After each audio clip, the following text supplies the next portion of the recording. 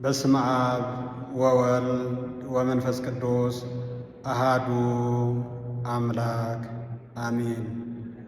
የተወደዳችሁ የእግዚአብሔር ልጆች በአገር ውስጥም በውጭ ዓለም ሆናችሁ በዚህ በመንፈሳዊ ቻናል አክሱም ጽዮን ሚዲያ የምትከታተሉ ወገኖቻችን በልዑል እግዚአብሔር ፍጹም ሰላም እንደምን ሰነበታችሁ? ይህች ዜማ ለመምህራችን ለመምህር ዘለዓለም ወንድሙ ወይም በክርስትና ስማቸው ለወልደ ሰማዕት መታሰቢያ ትሆንልኝ። ታዲያ ለሁሉ እንዲዳረስ ሼር፣ ሪፖስት፣ ዲዩት በማድረግ ለመላው ኦርቶዶክሳውያን አዳርሱልኝ።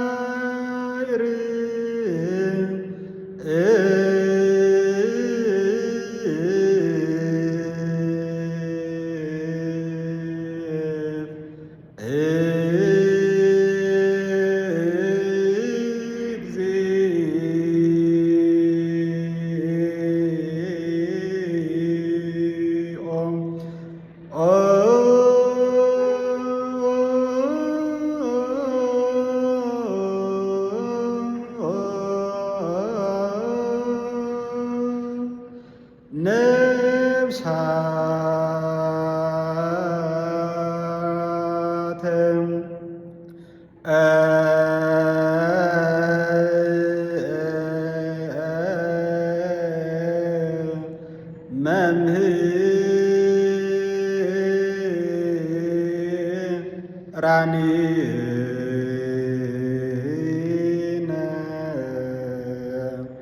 መምህርነ ወልደ ሰማዕት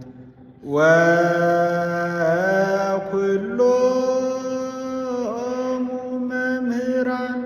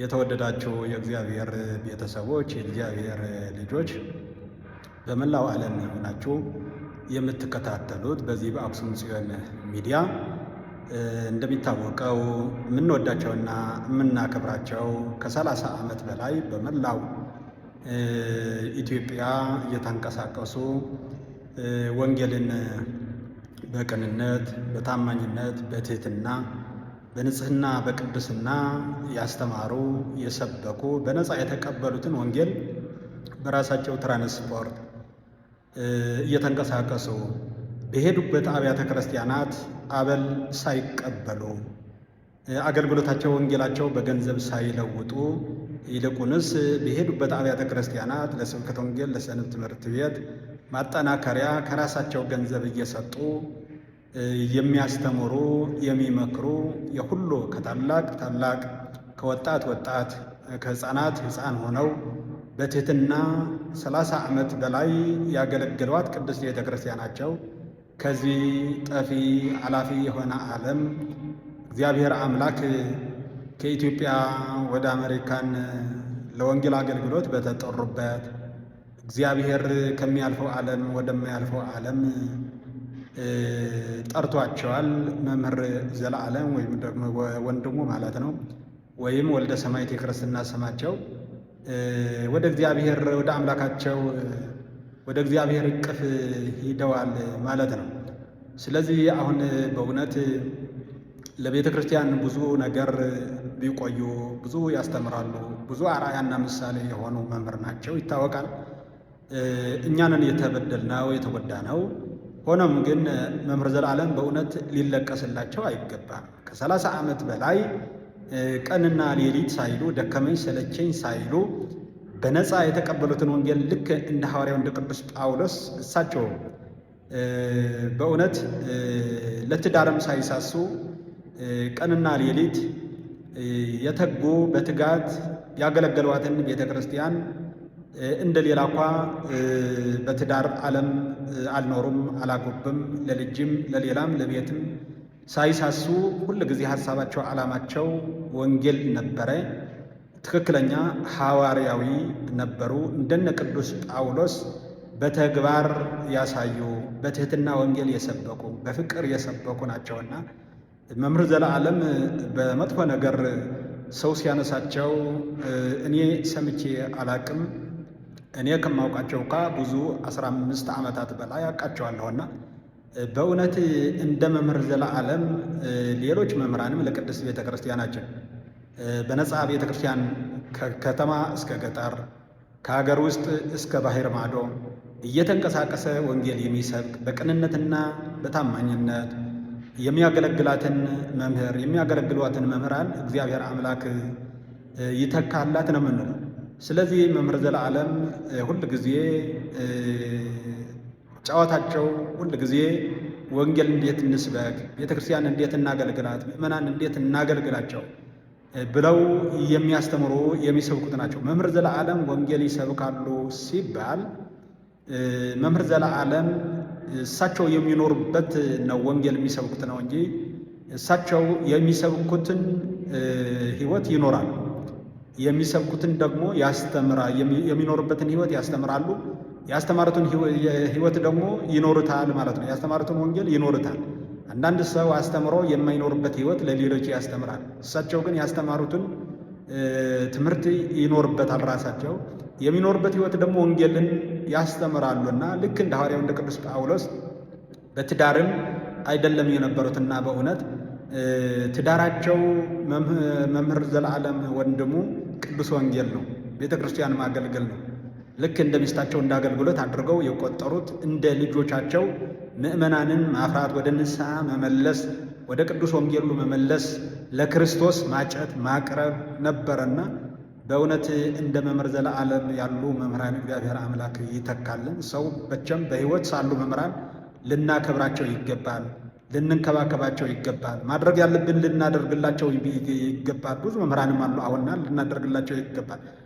ሰው ከሞተ በኋላ ደግ ነበረ ሊቅ ነበረ ብሎ ብቻ ማልቀስ ተገቢ በቂ አይደለምና ስለዚህ በሕይወት ያሉ መምህራን ልናውቃቸው፣ ልንንከባከባቸው፣ ልንማር፣ ልንከተላቸው ይገባል። ስለዚህ መምህር ዘለዓለም ልክ እንደ ሐዋርያው ቅዱስ ጳውሎስን መስለው መላ ዘመናቸው በሕይወት በቤተ ክርስቲያን ዘመናቸውን ወጣትነታቸው ለወንጌል አገልግሎታቸው ለወንጌል ፍላጎታቸው ሁሉ ለወንጌል አሳልፈው የሰጡ ለክርስቶስ አሳልፈው የሰጡ መምህራችን ናቸውና በእውነት ለመምህር ዘለዓለም የሚለቀስላቸው አይደለም። ለምን? ልክ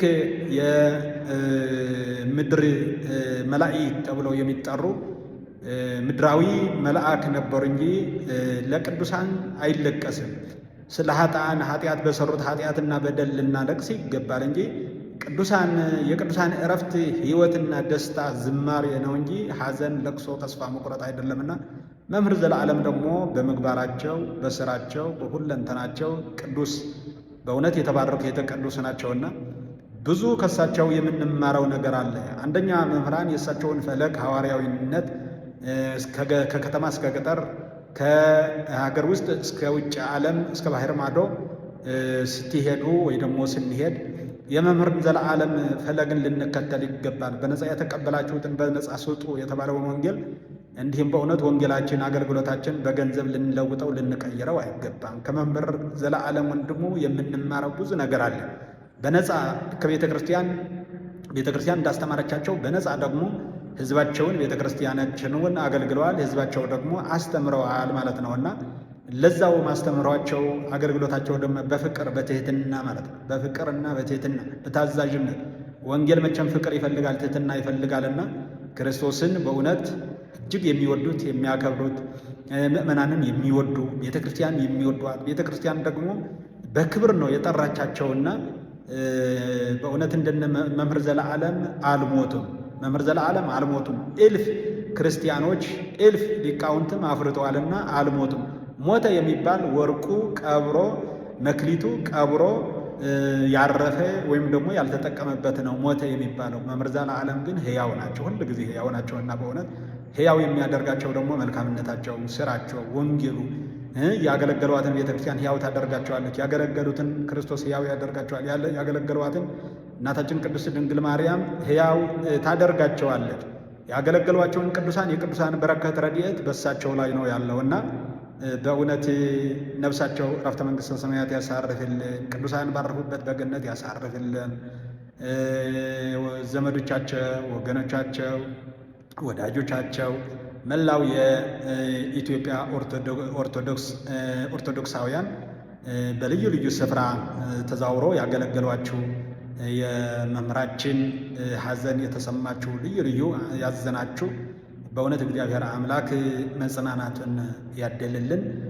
ለእናታችን ቅድስት ቤተ ክርስቲያን ደግሞ በእውነት እንደነ መምህር ዘለዓለም ያሉ ቅኑ ትሑት ሐዋርያዊነት አገልግሎት የሚያገለግሉ በነፃ የሚያገለግሏት መምህራን ደግሞ እግዚአብሔር አምላክ ይተካልን። ያሉ መምህራንን እግዚአብሔር አምላክ ይጠብቅልን። ታዲያ ይህን ሁሉ እንዲመለከተው እንዲያውለ ሁሉ ሼር አድርጉልኝ፣ ሁሉ እንዲከታተለው ማለት ነው። ቀብራቸው በመንበረ ጸባዖት ቅድስት ሥላሴ ካቴድራል እንደሆነ ተገልጸዋል። የቀብር አስፈጻሚ ኮሚቴዎች የተቋቋመው የቤተ ክርስቲያን ከሊቃውንትም ከአዲስ አበባ ሀገረ ስብከትም ከጠቅላይ ቤተ ክህነትም የተቋቋመው ከወዳጆቻቸው ጭምር የተቋቋመው መግለጫ ተሰጥተዋል። ስለዚህ ሐሙስ ጠዋት ወደ ሀገራቸው አስከሬናቸው ወደ ኢትዮጵያ እንደሚገባ በቦሌ አየር ማረፊያ ከገባ በኋላ ወደ ደብረ ሳሌም ቦሌ መድኃኔ ዓለም ካቴድራል እንደሚያርፍ ከዛ ደግሞ ወደ መስቀል አደባባይ እንደሚያርፍ ከመስቀል አደባባይ ደግሞ ሁሉ ሕይወት ታሪካቸው ከተነበበ ወደ ወገኖቻቸው ሁሉ ኦርቶዶክሳውያን በተገኙበት አባቶች፣ ሊቃውንት፣ ጳጳሳት፣ ሊቃውንት በተገኙበት ወደ ቅድስት ሥላሴ ደግሞ መንበረ ጸባዖት ቅድስት ሥላሴ ካቴድራል 4 ኪሎ አስከሬናቸው በክብር እዛ እንደሚያርፍ እዛ እንደሚቀበሩ ተነግረዋል።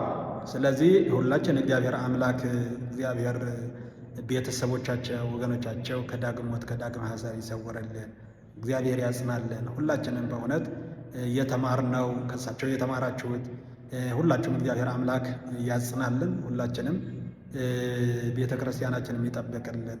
እንደሳቸው አይነት ደግሞ እንቁና ትሑት አገልጋይ የሆኑ መምህራን እግዚአብሔር አምላክ ለቅድስት ቤተ ክርስቲያን አምላከ ቅዱሳን አምላካችን መድኃኒታችን ኢየሱስ ክርስቶስ ይተካልን። እግዚአብሔር ሁላችንም ይባርከን። ለሁሉ እንዲዳረስ ግን ሼር አድርጉት። ወስብሐት ለእግዚአብሔር ወለወላዲተ ድንግል ወለመስቀሉ ክቡር አሜን። ነፍሳቸው ይማርልን። ነፍሰ መምህርን ወልደ ሰማዕት ዕረፍተ መንግሥተ ሰማያት ያሳርፍልን። አቡነ ዘበሰማያት ይትቀደስ ስምከ ትምጻእ መንግሥትከ ወይኩን ፈቃድከ በከመ በሰማይ ከማሁ በምድር ሲሳየነ ዘለለ ዕለትነ ሀበነ ወኅድግ ለነ አበሳነ ወጌጋየነ ከመ ንሕነኒ ንኅድግ ለዘአበሰ ለነ ኢታብአነ እግዚኦ ውስተ መንሱት አላ አድኅነነ ወባልሐነ ኩሎ እኩይ እስመ ዚአከ ይእቲ መንግሥት ኃይል ወስብሐት ለዓለመ ዓለም። በሰላመ ቅዱስ ገብርኤል መልአክ ኦ እግዝእትየ ማርያም ሰላም ለኪ ድንግል በኅሊናኪ ወድንግል በሥጋኪ እም እግዚአብሔር ጸባኦት ሰላም ለኪ ተበስት ኦም ለተጸጋ እግዚአብሔር ምስለኪ ሰአሊ ወጸልይ ምህረታ ፍቁር ልጅ ኢየሱስ ክርስቶስ ከመ ይስረይ ለነ ኃጣውኢነ